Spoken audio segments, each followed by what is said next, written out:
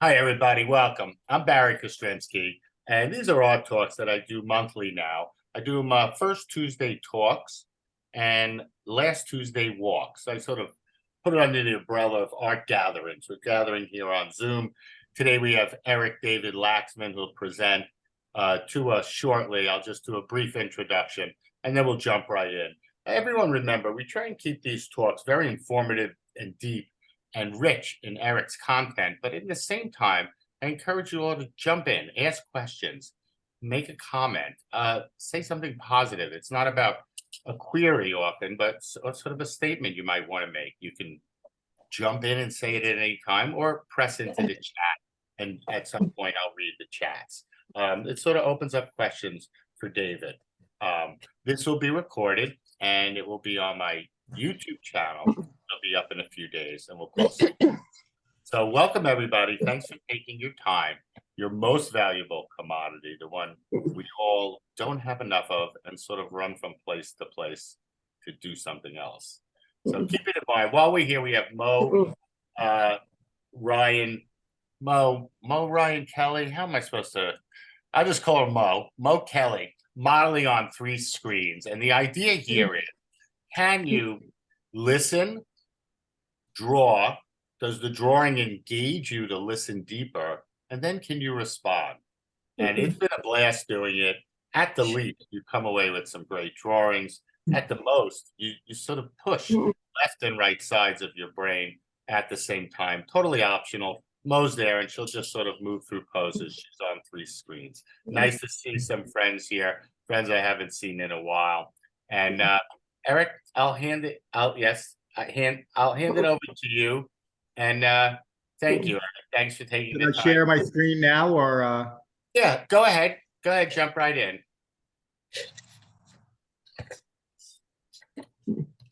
Okay, so by the way, I gave no introduction of who David is or Eric is, but let's just say a sculptor who does work in public commissions and large-scale work. I think we may have first met through some of your public commissions in Rockland County, but he's been at this, I want to say 20 plus years, not to date you. Yeah, well, let me start by saying that this show is going to be pretty much all about me, and you know, this is sort of a joke, but a lot of the work that I do is autobiographical, at least my personal work. And I actually put on a big group show that was called It's All About Me, that was self-portraits. And I did a one-man show in the back room of the Bow Gallery that was called It's Really All About Me. And Bow Gallery, BAU, Bronx, Beacon Artists Union. Artists Union, correct. Yeah, sort of near Dia. Quite a nice gallery, been around 20 plus years. Artist cooperative that rotates in and out members, as most cooperatives do. But a respected place in a great little town. Yeah, so one of the things I want to start by saying at the very beginning is that you know, we can ask the question, you know, what is art? And for me, art is all about process and transformation. And I start with raw materials. It could be a flat sheet metal or stone or found objects, wood, cardboard, plaster, clay, whatever it may be. And the whole idea is that I'm going to be transforming those materials into something else. I'm going to use my will. You know, one place where having will, you know, I think is a good thing, especially when you're in hard materials like metal and stone. And I'm gonna, you know, put it through my filter, and it's gonna come out the other side, and it's gonna be changed in some way. And when I'm doing my own personal work, the way I change the work is either to reflect some kind of interior dialogue in my own head to understand myself, or to, you know, explore the materials and the qualities of the material I'm working with, whether it's stone or metal. I have a very large collection of rusty metal objects, and I love materials: stone, metal, wood. I'm very fortunate. I started taking art classes at a very early age. This is a piece that I made at the age of, I think, about 8 or 9 years old at the Rockland Center for the Arts. It's ceramic. And you can see the early influence of Eastern or Asian art in my work. Little snake charmer. It Uh, won a blue Eric, ribbon. by the Eric, way. how was it you got to take ceramics class at 8? Your parents encouraged, you were Yeah, my mother always encouraged me to do art. She actually put me together with an artist, and I did crayons and drawing first. And I always loved making things. I used to arrange blocks on the floor, of the basement, just into abstract patterns. And I don't know, I don't remember whether I asked to do it or whether she just asked if I wanted to do it. But I'm very lucky. I am still in touch with the teacher I worked with to make that small piece, Judith Slane. And whenever I hear from her, I just get goose pimples because it's so meaningful that I have that connection from all the way back then. And not so on one of not David, that's not uncommon and a very important event often in an artist's life when you have someone who's sort of outside of the family. Inside the family, yes, that we see. But when you have a teacher, that goes a long way. Somehow, I know what you mean. You get that feeling just thinking about them, or if you reconnect. Yeah, so I started doing art from a very young age, and I always liked to make art. I didn't intend to pursue art as a career. I actually went to Tufts, and I was pre-med. I got a Bachelor of Science in Chemistry, and I was planning to apply to medical school, but I was taking figure drawing classes at Tufts and clay modeling of the figure. And I decided to enroll at night as a continuing ed student for a stone carving class with Bernadette Amore, who now goes to Spielmore. And that was pretty much it. I went with her up to Vermont for a summer, for part of the summer, to carve as part of a pilot program. And it became the Carving Studio and Sculpture Center. And this postcard was for the 20th anniversary. It's now 36 years since then. And this is me on the left with a block of stone that I'm going to be starting to carve there. I was, I guess, 21 years old. And the amazing thing, I still look the same. I don't know. It's a miracle. This is the very first piece I carved in that class. I started at night, 2 nights a week, 3 hours. And David, that's very beautiful. thank you. My experience with art at that point was pretty minimal. I hadn't really spent much time studying art or going to museums as a younger person. And of course, I was influenced and loved Rodin. So I started out with a figurative piece.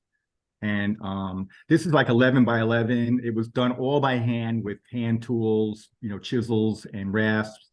The very first class I went to at night with B, she demonstrated the basic tools: a point chisel, a tooth chisel, a flat chisel, a rasp, a hammer, and it just blew my mind, that this was all there was to it. And I mean, granted, there's more to it than that, but really, stone carving is pretty basic and pretty simple. And the thing that you need most is patience, and I seem to have a lot of that. This is one of the another earlier pieces I did. That first piece I think of as like a seed. It's like sort of this beginning. And this, I was very aware at the very beginning when I was starting out that, my world had been kind of small, and I felt like I was, sort of constrained by many things. And I created this piece, which is sort of the inverse of the slave, where the figures, being removed or revealed from the block. This guy is sort of peeking out from within it. David, you mentioned Rodin, I believe it was, as an influence before. Am I right to say there's some Brancusi, and you just mentioned, I think, Michelangelo piece, yes? Oh yeah, definitely. I'm very much influenced by all the early modern sculptors. Brancusi I'm a big fan of Brancusi. I also love and I've spent a lot of time in the classical wing of the Met. You know, this is a commission. This is the first commission I ever had. I carved this portrait in Carrara marble for a couple that wanted. They didn't want to spend what it cost for an actual Roman sculpture, and it was based on my likeness. And it was my first experience with a commission, and I had to make renovations to what was like a self-portrait of myself as Adonis. And I don't know why they didn't want an exact copy of me as Adonis, but live and learn. I did this piece with the traditional method of the pointing method. I made a clay model and then cast it in plaster. And then I used a traditional pointing machine. And then obviously, you know, but it was all by hand. And this is a recent commission that I had about 4 years ago. I got hired by the city of New York to create a copy of one of these capitals for one of the city buildings downtown. And it's one of the few times where my carving experience has been put to this type of use. And it was very challenging. I had to make 2 of them, and the stone was extremely brittle and sort of fragile. And people have always asked me from the very beginning of my career, you know, how do you carve in marble and not have it break? And my standard answer is, well, you learn how to repair it, and repair it in a way that, you know, it's not obvious. So, you know, you have to be a little bit of a magician when you're working as a sculptor or artist. And this piece is up, like, you know, on the 10th floor. So I don't think anybody's going to be noticing if there are any flaws. But I will say that they hired somebody else to do it first, and the architectural board rejected it because they took liberties with the form. And mine, you know, is still there, up in place up there. And but, you know, early in my career, I started very soon to sort of veer off of the more traditional way of carving from a block. I had gotten criticism in school that, you know, if I'm working in stone, why am I trying to make it so perfect and smooth and like some other material? Why don't I exploit the natural properties? So I started combining stones together, which had a practical value, which because I didn't have to start a huge block. And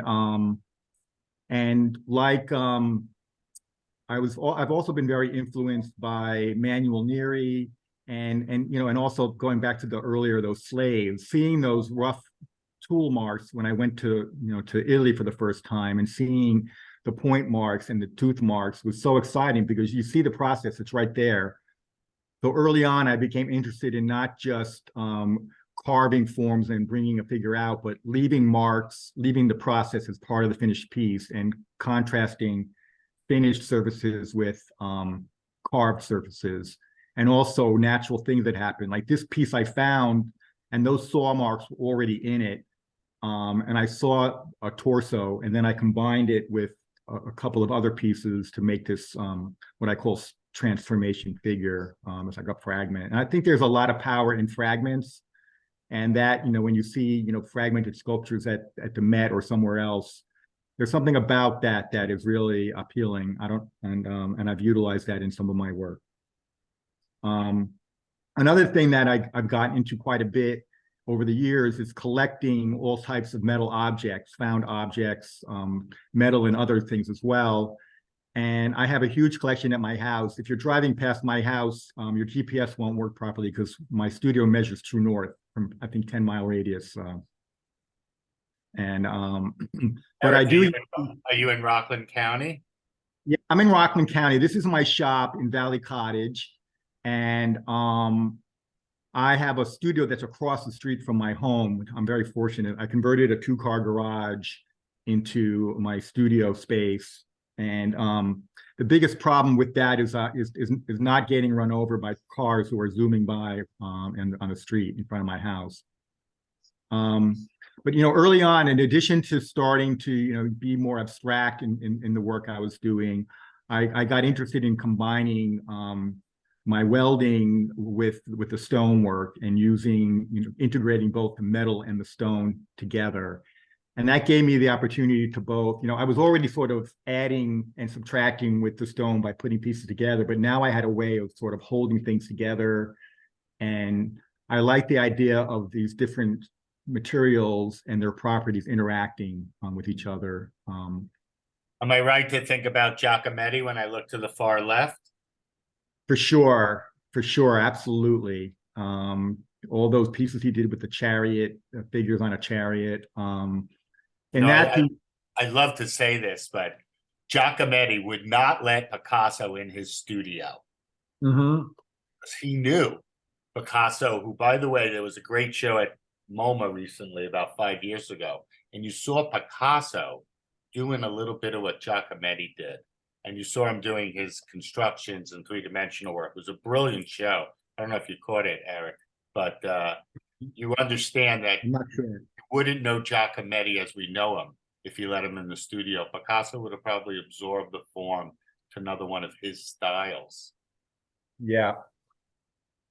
Yeah, and then I love Giacometti, and I was fortunate to go to Paris in 2000 and in 1991 rather, and there was a retrospective at the Musée d'Art Moderne on the right bank, and it was an extraordinary show. I went 3 times and drew when I was there.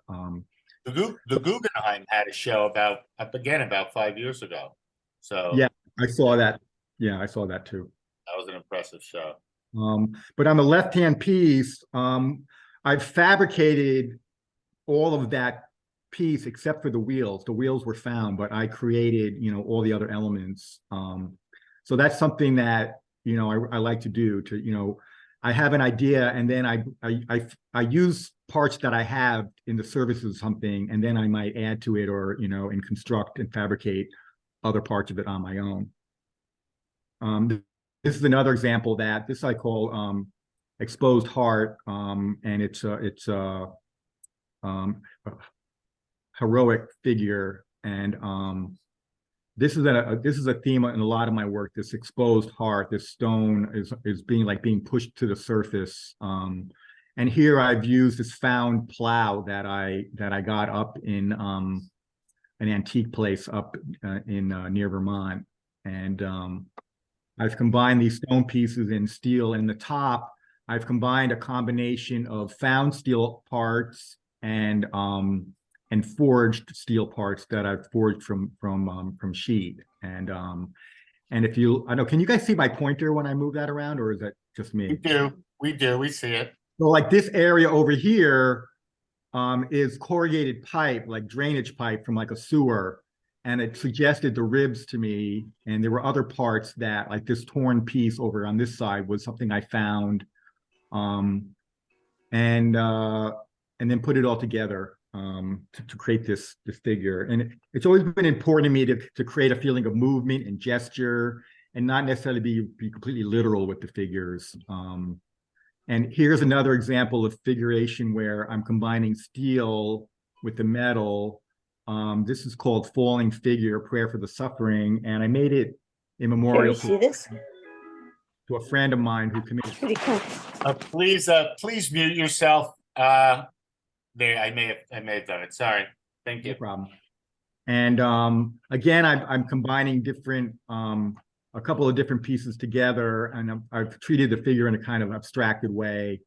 And then I combine it with this supportive hand, like this higher power who's sort of rescuing this figure. That's David, I want to read you as a compliment. Lily White said, "Impressive to say the least about your work."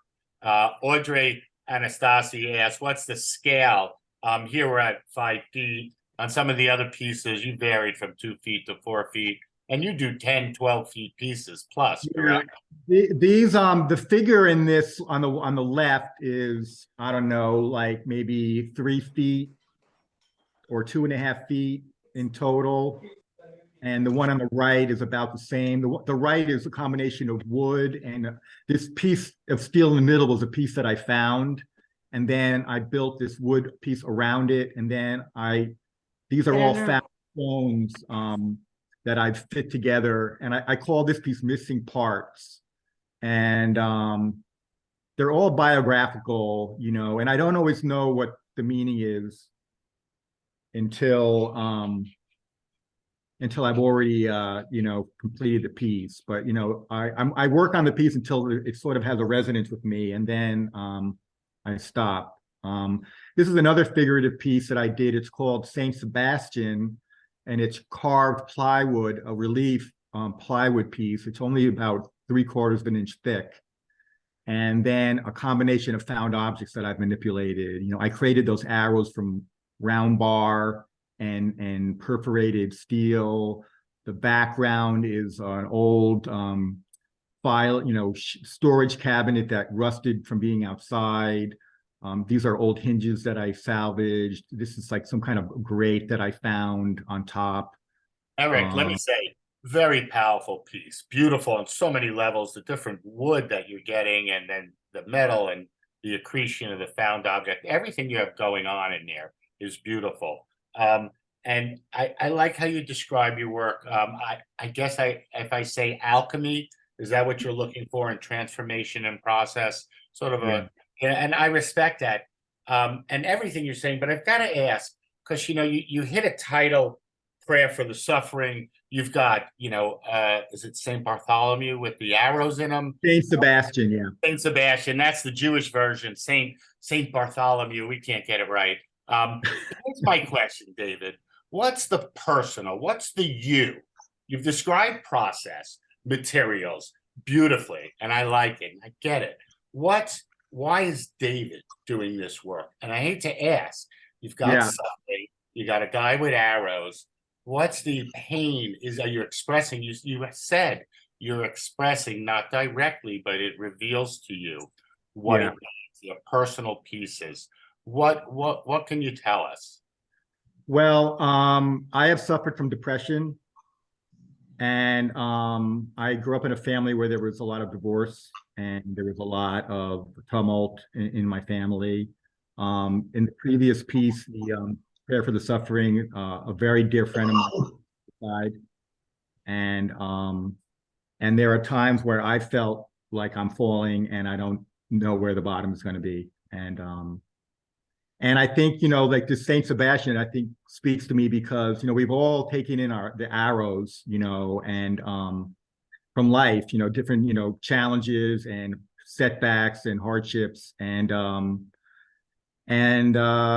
somehow, if we're lucky, we find a way through it and to the other side. And if we're lucky, we can somehow use that experience either to help somebody else or express it in our work, and that's, Eric, how has your art helped you with that? Well, I think to go inside and to express, those feelings and experiences in a work of art helps me to process the feelings. It also, I feel like if I can touch somebody else in the work and somebody can somehow benefit, and relate to that experience, it's very validated. Like if you talk to somebody and you find out, well, gee, they've had a similar problem and they got through it, and I think art making for me has always been therapeutic. And stone carving, wood carving, welding, it's extremely labor intensive, and I have to spend many hours by myself. And for many years I really didn't do any formal meditation, but I've always felt like the physical work of making my art is a very meditative process. I have to be very focused and present in what I'm doing. And it gives me an opportunity to be with myself and to process things, and to be able to to delve down and allow those things to come up to the surface. And when I've seen those Saint Sebastians in museums, the Renaissance images, it always spoke to me, so to create my own interpretation, and then be able to sort of explore at the same time that I'm exploring the underlying psychological idea. I'm exploring these materials and trying to express it in a way that is visually compelling like for me, there's so many things going on. You have the literal visual image, but then you have all these materials, and the wood is like this topographical map, and it's like it becomes like this abstract puzzle, and all that stuff is churning around in my head, and then you have the practical part of like mounting the figure in there. How is it? The thing also mounts on the wall with a clip. I love the physical figuring out, of the logistics of how I'm going to install a piece, the engineering. That's where like my science background comes in, and in addition to work like this, I also do custom metal work. I've done a lot of furniture. I haven't included any of those pieces here because it's just too many things, and I'm probably going to run out of time. No, you're doing great, and I do want to thank you for opening up like that. It often comes when we interview someone for a good amount of time. You've got to sort of get to the you in the art, and it often is something emotional. Not always. It's not uncommon. Well, my work, the commissions that I do where I'm doing these, you'll see more of that as we come up, these sort of abstract curvilinear pieces. They're not really personal. I mean, those are more formal exercises, in shape and movement and, sort of lyrical pieces. Yeah, but at the same time, they're going to have the meditative effect, the therapeutic effect. Sure.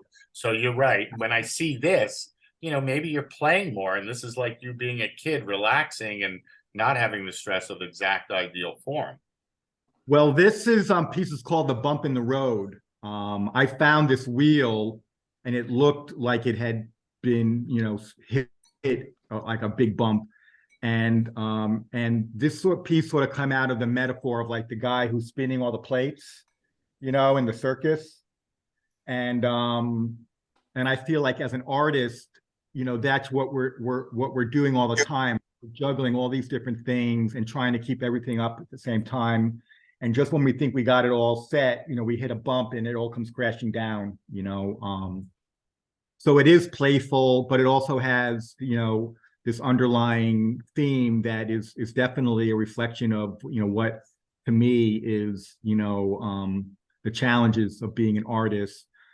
But it's also this kind of strident thing that's sort of, moving forward, and whizzing along. And even though it's hitting that bump, it's probably going to just keep on going. And that's kind of, definitely, part of my story. And no matter how many bumps I hit, I just keep getting back up and continuing along. Eric, as a contemporary artist, a strictly visual question: when you pick up a wheel, you see it, you like the visual form, and you mount it. But when you see that image, do you have to, or do you think of Duchamp?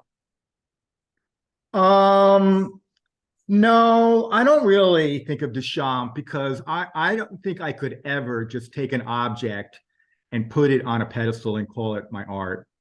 That for me, that's not enough of a transformation for me. No, definitely a different. You're totally correct. That good compare and contrast, so opposite. However, the form, it's a weird thing. Does the form become owned by the master who sort of created it as a unique object in the art world? And I just ask you. No one owns anything.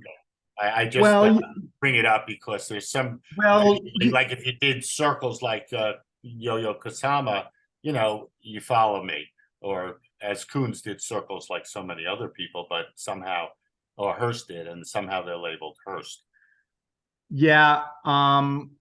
Well, one of the things that I was taught very early on in my career when I was at the museum school, and it came about more when I was doing bronze casting than in other things I was doing. But this idea of not, getting too seduced by the materials in a certain way, and not to, and if I find something that I really love, I may never use it. It may just stay on the wall or mounted, or on the corner or somewhere. I just love having these things around me, but if the right idea comes along, like in this particular piece, I saw that wheel and that title, came to me, and a lot of my work begins with the title, and then I'm I working. think Tracy Emin does something similar. She comes up with a concept or a title and then fleshes out a body of work. Just to point it out, it is an approach. Well, I find that especially if I'm using found objects in a piece, it's people, a lot of people might think that, oh, you find this thing and then you have an idea and the work revolves around, making use of that piece. And I find usually it's the opposite. I have an idea or some type of an idea. It's not a completed, finished idea. It's like this piece.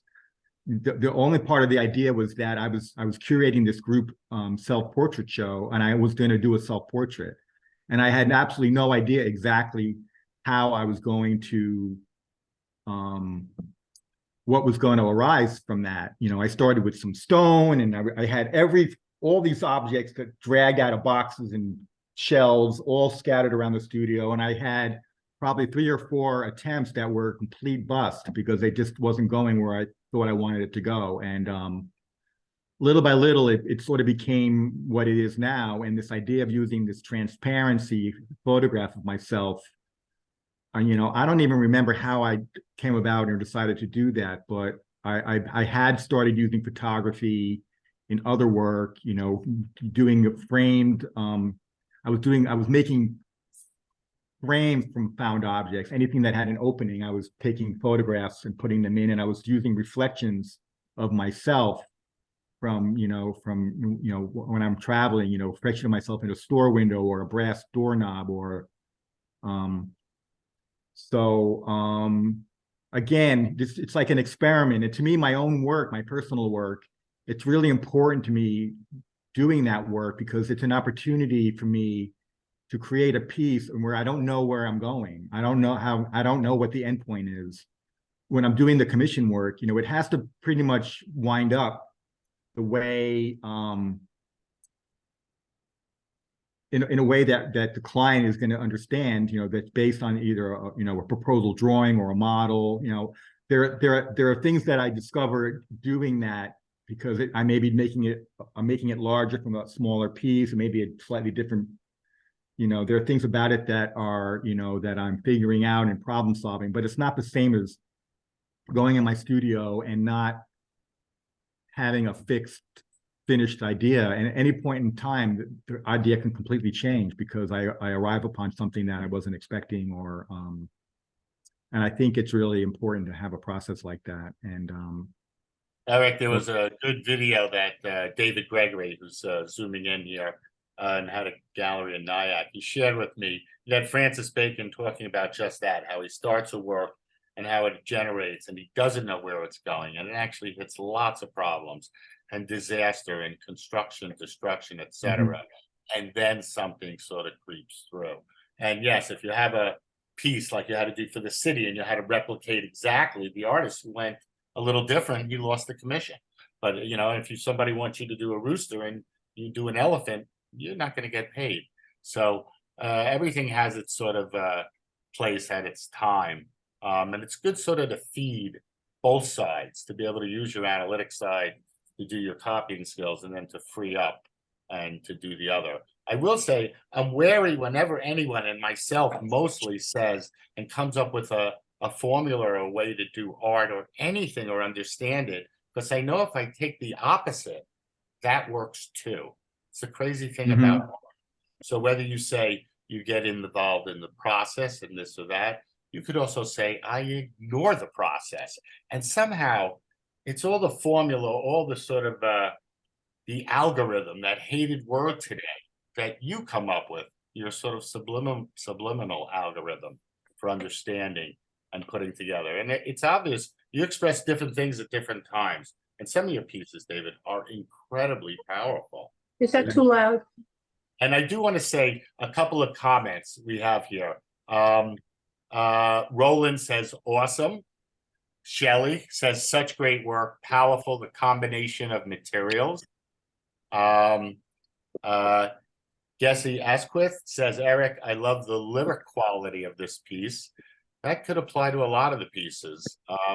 And yes, at times you do mix that sort of hard edge, as you did in that piece with the figure coming through. You mix that hard edge, the geometric, with the curve. And I think of Wendy Liss, who's a frequent, presenter and always listening here. And her work involves a lot of the mix of the rough edge and the straight, and that sort of contrast between the two forms that gives you a lot of power.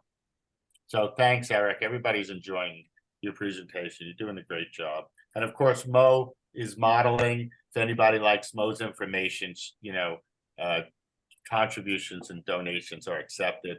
And this is being taped, so it'll be on YouTube in a few days. So yeah, I appreciate everything you're saying, and I appreciate all the feedback. One of the things that I've been pursuing for a number of years, when I first started art school, I was really overwhelmed and confused by like what is art, and I was taking I was at the museum school right at the time that Koons came about, and Eric Fischel and Schnabel, and it was like this huge big burst art bubble in the art world, and things were selling like crazy, and it was a very confusing time to begin a journey in art. Are we And so talking 93? When are we talking? that was like in the late 80s, 88, 89, 87. And so to get back to some of my roots, I started making Valentine's cards to send to my friends. And over the years, that evolved into me creating a sculpture almost every year of a heart of some form. So here you see, a variety. I have on the right, a piece that's made from a recycled barbecue lid and pipe material and plumbing materials that I found. On the far left, I've carved a piece of plywood, thick plywood that, and then I've created those veins in, welded stainless steel. That's sort of reminiscent of that Sebastian piece. And then in the middle, I found that stone in the middle, and it cracked in the middle like that. And then I carved the wing in marble and attached it. So again, the work is, can be very spontaneous, or it can be, extremely, labor intensive, like with those veinings, but I don't know exactly where I'm going until I get into it, and this is the most recent heart I did. This is a sacred heart, and the main part of the heart was originally a steel can that was it was a complete can, circular with a bottom, and it had been used up in the woods of Vermont for target practice.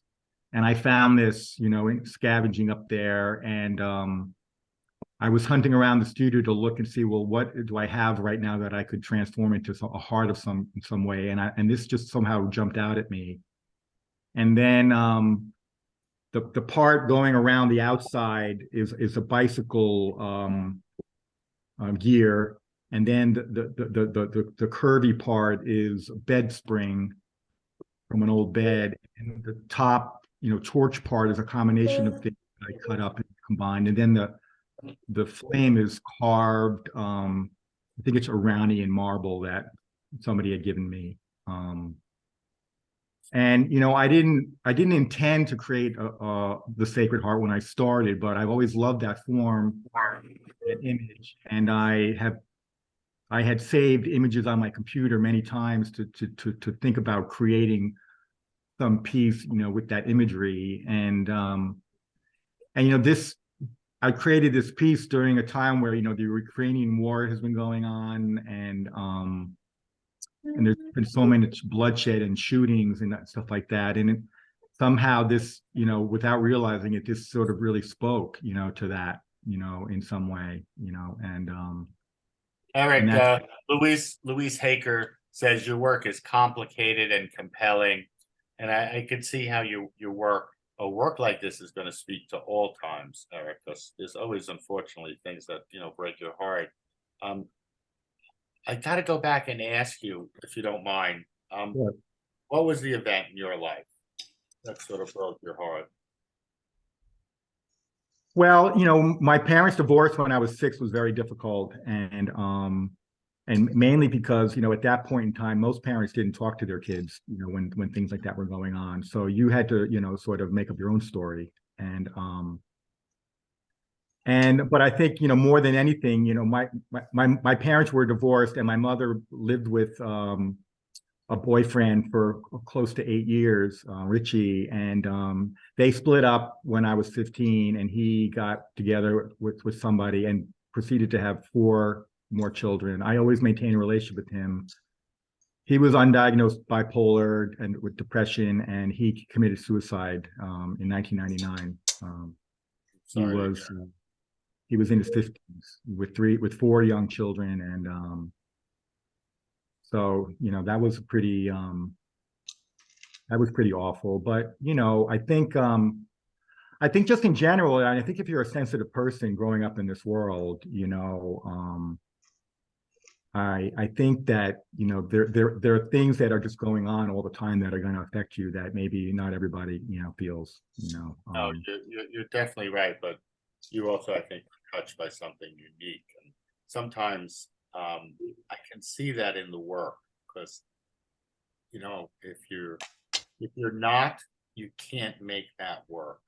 Mhm. That's what I see. But either way, beautiful work, and sorry to ask the question. No, I'm glad to share it because I think it's important for people to understand that the work isn't just some exercise, some intellectual exercise, and I really have never been able to do work that was just some, kind of, you know, I think my goal, continually is to get out of my head and get into my body, into my, get out of that between what's going on between the ears can be really, like, disturbing. And, it's like that there's this phrase I like to say now, like, don't believe everything you think, because, I think anybody who's growing up in this world, especially if you've had some trauma when you're young, it's like there's that voice that's always saying that you're not good enough, or you're not worthy. And even though on the surface you may seem to be, the catch me out, how you feel about yourself, deep down it's an ongoing process to sort of change the story, change that tape, and have a different sense of self that's, sort of the original self. How do we erase all the things we've learned and go back to the very beginning and be sort of a clean. I think you've answered it in some of your work, Eric, when you play, when you get in there and you do these creations that are playful, and at the same time, when you do these creations that are very meditative and take a lot of effort and a lot of, old-fashioned work, and carving Yeah. skills, get involved in the process, that becomes meditative. And also, like you say, if you help somebody, if your work is then seen and someone responds to it, you've passed on a message, you've communicated, and you definitely have your own language. You vary your forms. I knew more of this shape, this kind of work I was more familiar with. But I see you have a lighter lyrical line as well. Yeah, I mean, one of the things that I'm trying to do now, I just turned 59. I know I look 40, but truth be told, I'm but the goal is to have more time to play, and to not have things be so precious, and to really be able to be more spontaneous and just react to the things that I've collected, and have a number of things going on simultaneously, and just feel like there's space around my creative process, and I can just kind of relax and just not feel any pressure, that things have to get done too quickly, or that I have a bill that needs to be paid, and I've got to jump into some paid project and get away from my own process. I mean, I love working with clients and problem solving and doing all that stuff, but there's a lot of that that's just work, and if I'm going to just work, I'd rather be work on a piece that is helping me or allowing me to explore something that's purely art, and not that this isn't a pure art either, but David, could you go back to the last image, David? I do want to read a couple of thoughts that people have said in the chats here. Shelley has to say it again, and do that. It means a lot for artists to hear a positive response. She has to say it again that your work is fantastic. Louise Haker, upward movement, positive to me. Lawrence Wheatman, nice to see you. Your work is much better than you think it is. I am so inspired. And I will point out, Eric, this piece is catching me. There's something about this combination of the sort of stiffness, and yet you're getting it to mold on the rock. I think this piece makes me think of Goldsworthy, Andy Goldsworthy. And that, you can't really get much better than that. Well, the people came to me, the client who bought this or commissioned this came to me. They had already purchased some of my stoneworks that were earlier pieces. And they had, the wife had been married to a sculptor, and they had recently acquired this property, her and her new husband. And they had this rock formation, and they asked if I'd be interested in creating an artwork, that related to that. And they thought that I was going to maybe do something in stone, because I hadn't done any fabricating like this yet.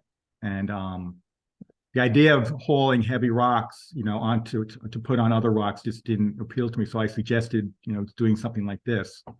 And they were game to just let me, kind of explore, so, it would be great to be able to do a presentation of just the process of making this, and maybe another time I can do that. She just recently sent me this piece I did. I think it was in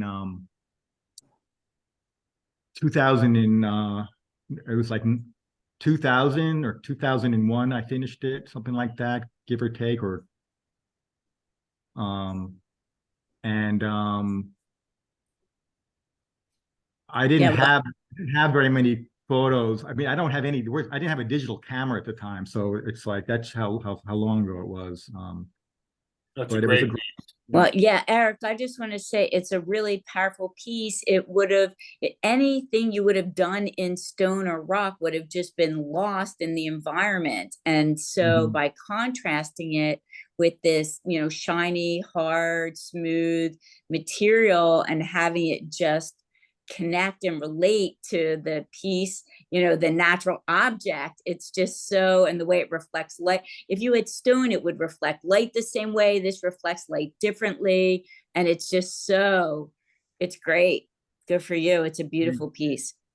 Yeah, well, and the other thing about this, the happy accident is, there wasn't any way that I was going to be able to create this as one piece.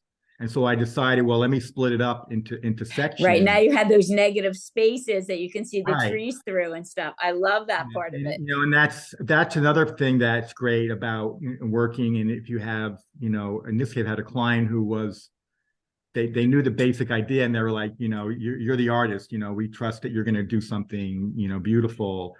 And I didn't think of doing it that way from the beginning, but it became a really interesting element of the piece, and I think that is one of the things that is exciting about making art, if you don't have a fixed destination, is that things happen along the way. And I think the best art happens because you're paying attention, you're not so fixated on the end zone that you don't see what's happening as you go along. And I agree 100%. I'm just going to say that before I mute again. That's the key right there, is paying attention as you go along. When the discoveries are being made, if you're too fixed on the end result, then you miss out on all the magic along the way. So it's been a joy just to watch your process and how you do that. And I agree, very inspiring. Yeah, and and the other part of that I like to emphasize is, the thing about making an art, like every time you're doing something, if you don't know exactly where you're going, every choice you make is like a fork in the road. okay? And every fork you make, there's another way you could have gone, and another version of that piece, or another way of thinking about that idea, and on it goes all the way down the line. And Eric, in the rest of your life, and all of us in the rest of our lives, how many choices do we have? A lot of us have to get up to work. We have to go there, drive, breakfast, lunch, and dinner. Art is like an open gateway.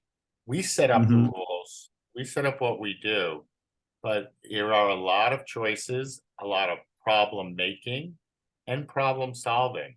A few more comments in the chat, and great points, Wendy, as always. Ruth Jenislaw says, "Bravo, Eric. Excellent presentation and beautiful work." Ali C, wonderful work. Lily White says, "Sorry she has to go, but congratulations, Eric. It's really wonderful." You've done great. Eric, we'll show a few more slides, and then we'll open it up to everyone to sort of say hi, and we'll do a short recap. Sound good? Yeah, well, I'm going to zoom through some of these commission pieces, and then I have some process photos of showing how I weld and do certain things. So I'll just click along just so you can see, the show. We're visual junkies. Roll away.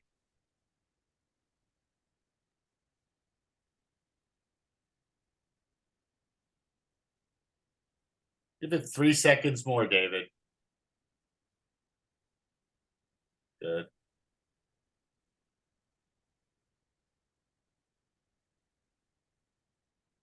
Let me ask you, in your curves, are you using any Fibonacci, any math? Are you using any E? Are you using any equations? Or are you, how are you generating your curve?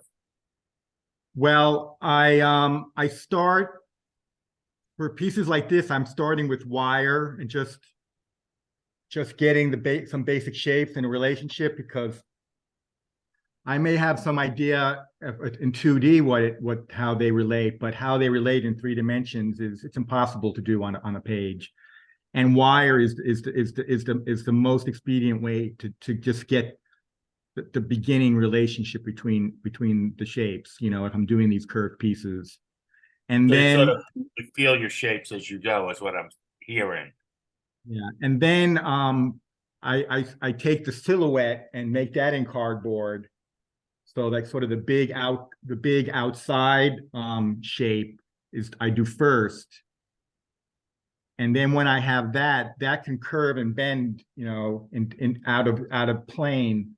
And then I create what's the T section, which is the part in front. And depending on how that curves and moves and changes, those 2 pieces together create like sort of the backbone of the piece. What I'm thinking is your overall proportions, because I'm thinking of some of those, golden ratios, and I see you got a 1 foot and 2.6. The difference is 1/6. That's a golden ratio number. And I think what's happening is you're doing it naturally, and then you're coming up with the balanced form, which some people would say, and when you see a spiral, you're not going to do the full Fibonacci because it goes too wide. But you have a certain order going on.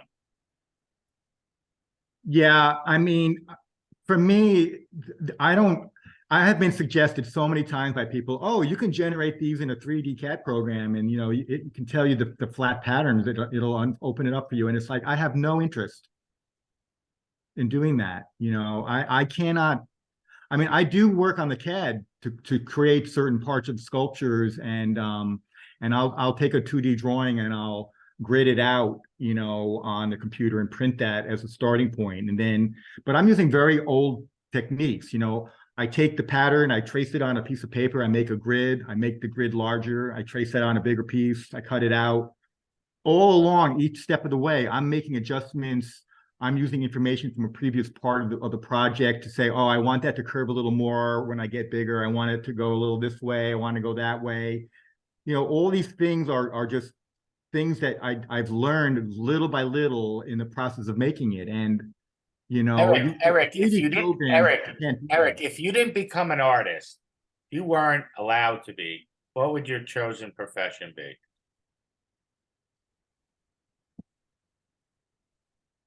I have no idea. I was going to medical school. I was going to go to be a doctor, you know, and I was told by all my family and other people that I would have so much time in my spare time to pursue my art, you know, after work, you know, and I would have a nice, secure living, and everybody would love me, and I would be, you know,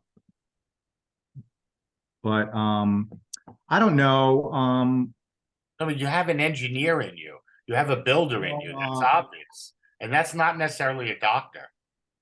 Yeah, you know, maybe an architect, you know, I mean, Yes. architecture didn't appeal to me when I was younger, because it seemed like it was too mathematical, and I didn't have exposure to, like, you know, Frank Gehry or someone like that who is making these colossal sculptures that happen to be buildings, you know. Maybe if I had, you know, more understanding of that, you know, but you know, the thing is, an architect doesn't get to build, doesn't get to actually be Yeah. hands-on making the thing. You know, you're having to have all these other people that you're managing and orchestrating and coordinating. And you know, there are a lot of sculptors that, you know, Jeff Koons draws, if he even draws on a napkin, it's a miracle. And then he takes this idea, whether it's a picture or, you know, to somebody else, and they do all the work.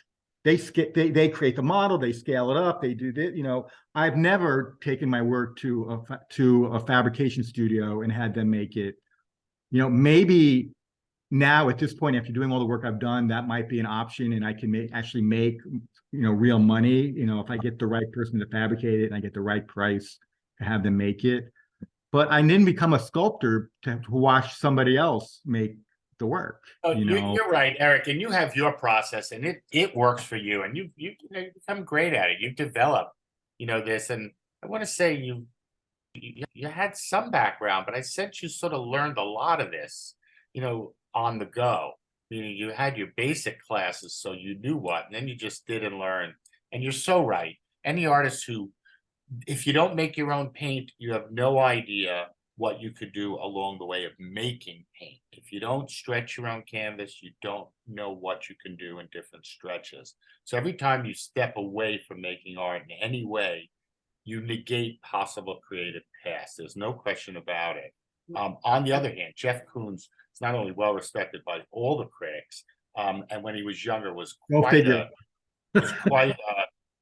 a maker, creator, drawer, and conceptualist. That formula of having somebody else make your art, it's not mine either, but I both disrespect it and respect it. I want to say April Miller hit on what we were saying before, saying making art is like the wild, wild west. And I think we all develop our own wild west. And there you go. Look, you got sparks flying. You're totally set, respirator. this is the money shot. This is the money shot. Eric, they're all money shots. Someone else said it before. We all don't realize, and you specifically, how unique we are, how deep into our field we are, and how good we are at what we do. And if you were in this in 3 years and I saw you, you know, maybe I would say this or that, or I know something, but you've been at this a while. You presented some pieces that floored me here, David. You really did. And everybody else, because I know that with a piece, when it hits me, it's hitting everyone. There's a universality, and there's playfulness. There's a lot in your work. Michael Krasowitz says, awesome work. Unfortunately, he had to go do something. And I think everybody's response. I'm going to open it up. If we could stop screen sharing, I'll open it up to everybody for a second. Is that good, David? Sure, absolutely. Okay, I'll just stop the screen sharing. I'll go first. All right, and as we always do, we like to clap and thank you. Thank you, David. That was great. Claps. Thank you. Claps. Well done. And yes, whoever did Laura, was that you? Yeah. You mentioned. I got to tell you, I think this is apropos of this. I have a friend I know for nearly 50 years, just under 50 years. And you've seen him on TV, you've seen him on Broadway, you've seen him in commercials, you've seen him all over the place. He's an actor, obviously, and he's one day you know, I was at the time I was a full-time musician. I mean, I talk to him all the time now, but this goes back 20 or 30 years when I was musician.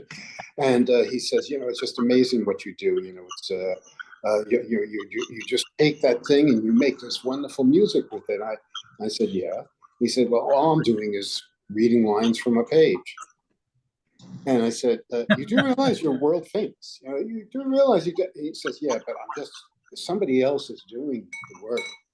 And I said, so that's why you're feeling down? He said, yeah, I'm really not doing much of anything. And this guy, I mean, at the time, his posters were all over Times Square and stuff. And I said, now I'm getting depressed. I didn't make my own guitar. I didn't make the pen that I write those lyrics with. I'm such a shit too. I'm not really a musician. I didn't do everything.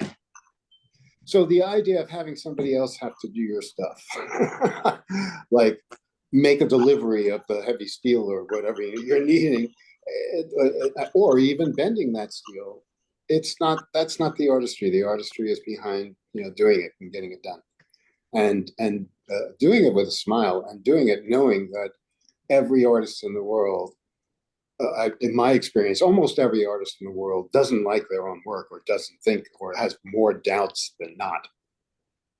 That's true. That's an interesting point. Thanks, Lawrence. Any other comments I can open up to, or do a short summary? Any thoughts? Feel Well, free let's to just join. say, can we just say Eric is artist and fabricator, and Yes.